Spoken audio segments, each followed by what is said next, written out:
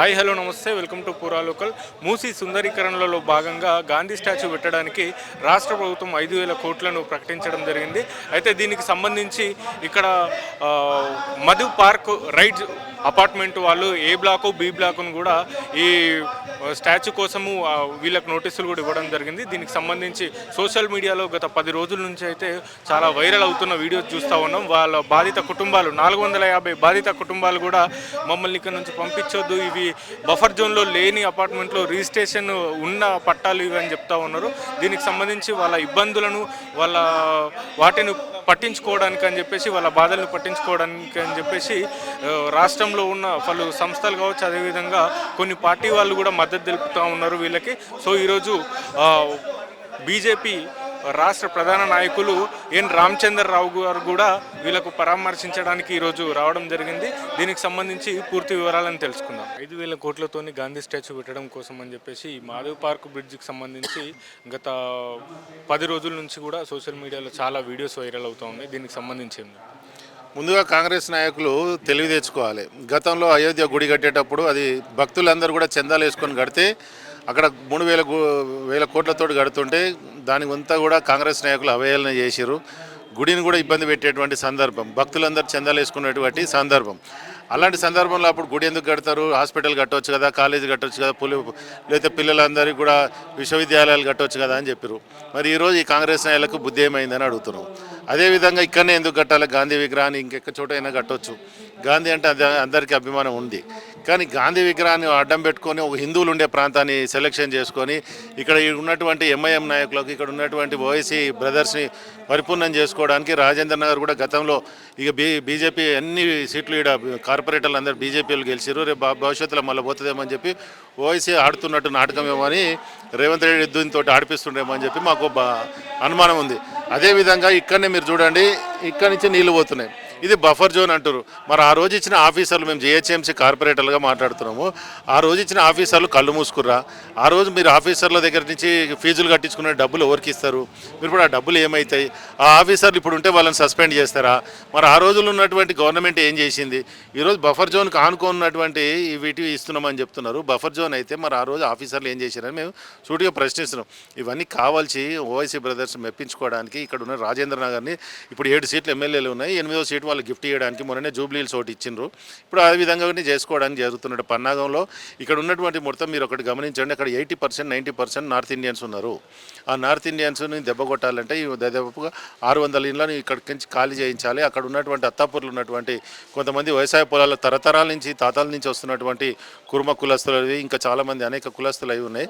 అవన్నీ కూడా కొట్టేయడానికి పన్నాగం మనుతారు. ఇక్కడ గాంధీ మీద ప్రేమతోటో లేకపోతే ఇంకోటి మూసి మీద ప్రేమతోటో కాదు. ఒక రోజేమో పోయి నాగోల్లో స్టార్ట్ చేస్తారు, ఒక రోజు వచ్చి ఇప్పుడు రాజేంద్రలో స్టార్ట్ చేశారు, మధ్యలో ఇంకోటి స్టార్ట్ అవుతుంది. మలక్పేట మాత్రం ముట్టుకోరు, ఎందుకంటే ఆ మలక్పేటలో పోతాడు ఎంఐఎం వాళ్ళు ఉంటారు కాబట్టి. ఎంతసేపు ఇక్కడ ఉన్న భాగాలను మాత్రమే ముట్టుకుంటున్నారు. ఇదంతా కూడా కావాల్సి హిందువులు ఉన్న కాడనే టార్గెట్ చేసేటువంటి ప్రభుత్వం చేస్తూ ఉన్నది. వీళ్ళని మొత్తం కూడా టార్గెట్ చేసేదానికి, ప్రజలను రక్షించడానికి భారతీయ జనతా పార్టీ ఈరోజు రామచంద్రరావు గారి ఆధ్వర్యంలో విజిట్ చేయడం, వీళ్ళకి భరోసా చేయడానికి ఈరోజు మొత్తం కూడా పదయాత్ర చేసుకుంటూ రావడం జరుగుతుంది. అట్లనే ఇప్పుడు 5,000 కోట్లతో స్టాచ్యూ పెట్టడం ద్వారా ప్రజలకు ఏమన్నా యూజ్ అవుతుంది అనుకుంటున్నాను. ఇప్పుడు నేను చెప్పింది అదే కదా, పెడితే నీ గాంధీ విగ్రహాన్ని పెట్టుకున్నప్పుడు నువ్వేం చేయాలంటే మీ కాంగ్రెస్ నాయకులు అందరూ కూడా చందాలు వేసుకొని పెట్టుకోండి. దీన్ని లేకపోతే 5 ఎకరాలు 10 ఎకరాలు అయినా ప్రైవేట్ ల్యాండ్ కొనుక్కొని పెట్టుకోండి. అట్లనే చేసుకుంటే ఇంకా బాగుంటుంది. ఎందుకంటే ప్రజల్ని చిన్న అమాయకులను, మధ్యతరగతులని వాళ్ళు ఎప్పుడో 20 ఏళ్ళు 30 ఏళ్ళ కింద లోన్లు తీసుకోనో లేకపోతే ఇప్పటికీ ఈఎంఐలు కడతామని చెప్పరు. మహిళలు ఏడుస్తూ ఉన్నారు, 80 ఏళ్ళు 70 ఏళ్ళు ముసలోళ్ళు పేషెంట్లు ఉన్నారు. ఈ టైంలో మాకు నోటీసులు ఇచ్చి మాకు ఒక్కొక్కరికి హార్ట్ అటాక్ వచ్చేంత పని చేస్తున్నారు. పిల్లలు చదువుకుంటున్నారు, చదువుకోవాలన్నా ఈ మీటింగ్లకు ఆరెంజ్ కావాలన్నా లేకపోతే ఏ విధంగా మేము ఇబ్బందులు పడాలని చెప్పేసి అడుగుతూ ఉన్నారు. ఈ 5,000 కోట్లు అనేది ప్రభుత్వ నిధులు కాకుండా గాంధీ భవన్ నుంచి మీరు నిధులు సేకరించుకుంటే ఇంకా బాగుంటుంది. అది కూడా ప్రజలకు ఇబ్బంది లేని చోట కట్టుకుంటే బాగుంటుంది. అదేవిధంగా మస్తు మంది మొన్ననే రేవంత్ రెడ్డి గారు ఒక మాట అనడం జరిగింది, మేము తలుచుకుంటే 1000 కోట్లు గాంధీ ఫ్యామిలీకి ఇవ్వలేమా అని చెప్పి. మరి అంత తక్కువనే మీ దగ్గర? ఎందుకంటే దేశాన్ని దోచిన వాళ్ళు ఇవన్నీ మస్తు పైసలు ఉన్నాయి. ఆ 1000 కోట్ల రూపాయలకి ఇంకో గంట సేపు పని చేస్తే 2,000 కోట్లు 3,000 కోట్లు అవుతాయి.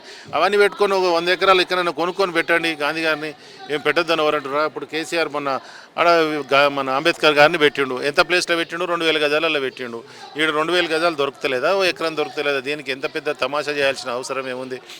ఇదంతా కూడా కావాల్సి మేము ఇప్పుడు మన దాకా చెప్పినట్టుగా ఎంఐఎం మెప్పు పొందడానికి ఇక్కడ నుంచి హిందువులను తరలించడానికి జరుగుతున్న పన్నాగంలో భాగమే. ఎందుకంటే ఇక్కడ 2-3 ఎకరాలలోనే దాదాపు 700 ఫ్యామిలీస్ ఉన్నాయి. వేరే వాళ్ళని తరలించాలంటే ఇంకా ఎక్కువ పని అవుతుంది. ఈ అపార్ట్మెంట్లను కొట్టేస్తే ఈజీగా ఇటు దాదాపు 2000-3000 ఓట్లని కవర్ చేయొచ్చు అనేది. ఈ మూసి అంతా భాగం చేసుకోవడానికి ఈ మూసిని సుందరీకరణ కాదు వాళ్ళది, సుందరీకరణలో భాగంగా ఎంఐఎంకు ఈ రాజేంద్రని గిఫ్ట్ చేయడానికి మాత్రమే జరుగుతున్న పన్నాగం ఇది. ముందుగా మీరు ఇక్కడ ఇచ్చినటువంటి అపార్ట్మెంట్కి పర్మిషన్ ఇచ్చిన ఆఫీసర్లను సస్పెండ్ చేయండి, వీళ్ళ దగ్గర తీసుకున్న డబ్బులన్నీ కూడా రీకవర్ చేయండి. అప్పుడు ఎవరు ఏ గవర్నమెంట్ ఉండే ఏ అధికారులు ఏ విధంగా చేశారు, అప్పుడు ఉన్న రెవెన్యూ అధికారులు ఎవరు, కలెక్టర్ ఎవరు, ఒక పర్మిషన్ ఇవ్వాలంటే రెవెన్యూ డిపార్ట్మెంట్కి వెళ్ళాలి. ఈ ట్యాక్సులు కూడా ఇంకోటి రెవెన్యూ డిపార్ట్మెంట్కి వెళ్ళి ఎన్ఓసి తీసుకురావాలి. ఆర్డీఓ ఎవరు, కలెక్టర్ ఎవరు, ఎంఆర్ఓ ఎవరు, ఆర్ఐ ఎవరు, అప్పుడు వీళ్ళందరూ ఉండే కదా, వీళ్ళందరూ ఇప్పుడు ఈరోజు బఫర్ జోన్ గుర్తొస్తుంది. వాస్తవమే, మేము కూడా చూస్తున్నాం మూసి పక్కనే ఉంటుంది, కానీ ఇల్లీగల్ కాదు కదా వీళ్ళేమన్నా ఇక్కడ స్థానికులు కాదు కదా, తెలంగాణ వాళ్ళు కాదు కదా. వీళ్ళంతా నార్త్ ఇండియన్కి వెళ్ళి వ్యాపారాలు చేసుకొని చిన్న చిన్న ఉద్యోగాలు చేసుకుంటూ వాళ్ళు ఇక్కడనే ఆర్మీ క్వార్టర్స్ ఉన్నాయి, ఆర్మీ ఇక్కడ సంబంధించినటువంటి ఏరియా ఉంది కాబట్టి ఇక్కడ అంతా నార్త్ ఇండియన్ వాళ్ళస్ రిటైర్ అయినాక తీసుకున్నటువంటి ప్రాంతం ఇది. వీళ్ళంతా కూడా ఏదో ఉత్సాహంతో ఏదో చేసి కొనుక్కున్నది కాదు. వీళ్ళంతా కూడా గరీబోలు కాబట్టి, మధ్యతరగతులు కాబట్టి ప్రభుత్వం వీళ్ళకి న్యాయం చేయాలని చెప్పి డిమాండ్ చేస్తున్నాం. దీన్ని వెంటనే విరమించుకోవాలి. ఈ గాంధీ విగ్రహాన్ని ఎక్కడికి ప్రజలకు ఇబ్బంది లేని చోట కట్టుకోవాలని చెప్పి మేము వినిస్తున్నాం. అందుకే రామచంద్రరావు గారు ఈరోజు మొత్తం కూడా ఇదే పని మీద ఉండరు, వీళ్ళకి భరోసా ఇవ్వడానికి చెప్తున్నారు. ఇందాక కొంతమంది నార్త్ ఇండియన్ వాళ్ళు చెప్తారు, కాశ్మీర్ నుంచి మమ్మల్ని 70ల పారదోలు 90ల మమ్మల్ని నిలగొడితే అన్నమో రామచంద్ర అని చెప్పేసి మేము ఇక్కడ వస్తే ఈడికెళ్ళి కూడా మమ్మల్ని నిలగొట్టి పరిస్థితి వచ్చింది. ఆ రోజు అక్కడ కాశ్మీర్ టెర్రరిస్టులు అక్కడ తగిలితే ఇక్కడ ఎంఐఎం టెర్రరిస్టులు ఇక్కడ తగిలిరు అని చెప్పి చెప్తా ఉన్నాడు. సుందరీకరణలో భాగంగా ఈ ఇష్యూ అయితే గత 10 రోజుల నుంచి జరుగుతూ ఉంది. 450 కుటుంబాలు కూడా ఆవేదన వ్యక్తం చేస్తూ ఉన్నారు కదా, దీనికి సంబంధించి ఏం చెప్తారు? గతంలో గవర్నమెంటు కాంగ్రెస్ ఉన్నప్పుడే వీళ్ళకి పర్మిషన్ ఇచ్చారు. మరి ఇక్కడ పర్మిషన్ ఇచ్చి 420 కుటుంబాలు ఇక్కడ నివసిస్తున్న సందర్భంగా మరి వాళ్ళందరికీ కూడా ఎందుకు వాళ్ళని అప్పుడు పర్మిషన్ ఇచ్చారు మీరే, మరి ఇప్పుడు మీరే వెళ్ళిపోమంటున్నారు? వాళ్ళంతా కూడా ఇప్పుడు ఎక్కడ వెళ్ళాలి? ఇంకొకటి, ఇప్పుడు ఇక్కడ నుంచి అక్కడ చాలా రైతులకి కూడా పొలాలు పోతున్నాయి. ఇక్కడ గంధం కూడా మన వినాయక్ నగర్, కేకే నగర్ అవన్నీ కూడా వాళ్ళకి నోటీసులు ఇవ్వడం జరిగింది. గతం నుంచి మా ఎంపీ గారు ఈటల రాజేందర్ గారు రావడం జరిగింది. మొన్న మా ఎంపీ గారు ఇక్కడ స్థానిక ఎంపీ కొండ విశ్వేశ్వరరెడ్డి గారు రావడం జరిగింది. వీళ్ళని సందర్శించారు, మాట్లాడారు వీళ్ళ సమస్యలు ఏందో. ఈరోజు మా రాష్ట్ర భారతీయ జనతా పార్టీ అధ్యక్షులు రామచంద్రరావు గారు రావడం జరిగింది. మా జిల్లా అధ్యక్షులు రాజ్భూపాల్ గౌడ్ గారు, ఇక్కడ స్థానికంగా పోటీ చేసినటువంటి శ్రీనివాసరెడ్డి గారుతో పాటు భారతీయ జనతా పార్టీ కార్యకర్తలందరూ కూడా ఇక్కడ మరి చూసి నివ్వరపోతూ ఉన్నారు. మరి ఎందుకు వీళ్ళని జరపవలసి? సుందరీకరణ అంటే కేంద్రంలో ప్రభుత్వం కూడా ఇవన్నీ కూడా సుందరీకరణ చేయడం జరిగింది. మరి అక్కడ ఉన్న వాటిని సుందరీకరణ చేయాలి, వీళ్ళకు ఏ స్మెల్ రాకుండా చేయాలి. వీళ్ళ కుటుంబాలకు పర్మిషన్ ఇచ్చిర్రు మీరే, ఈరోజు మీరే వెళ్ళిపోమంటున్నారు. ఈ గవర్నమెంటు మరి ఉండాలనుకుంటుందా, పోవాలనుకుంటుందా వాళ్ళకే తెలియాలి. మరి వీళ్ళంతా కూడా తలుచుకుంటే మిమ్మల్ని బొందబెట్టడం ఖాయం రానున్న రోజులలో. మరి సుందరీకరణ అంటే ఇక్కడ నుంచి గండిపేట వరకు, హిమాయత్ సాగర్ వరకు చేస్తే ఇవన్నీ ఇంట్లో ఎన్ని కిలోమీటర్లు తీస్తారు? దానికి క్లారిటీ ఉండాలి. మీరు ఒకసారి ఏమో 2 మీటర్లు అంటారు, ఒకసారి 10 మీటర్లు అంటారు, 50 మీటర్లు అంటారు, ఒకసారి 100 మీటర్లు అంటారు. సుందరీకరణకు ఎంత ఉండాలి అనేది గవర్నమెంట్కే క్లారిటీ లేదు. కాబట్టి రేవంత్ రెడ్డి సర్కార్ ఆలోచన చేయాలి. మరి బీద వాళ్ళను ఇక్కడ కొనుక్కున్న వాళ్ళను ఇబ్బంది పెట్టొద్దని భారతీయ జనతా పార్టీ డిమాండ్ చేస్తూ ఉంది.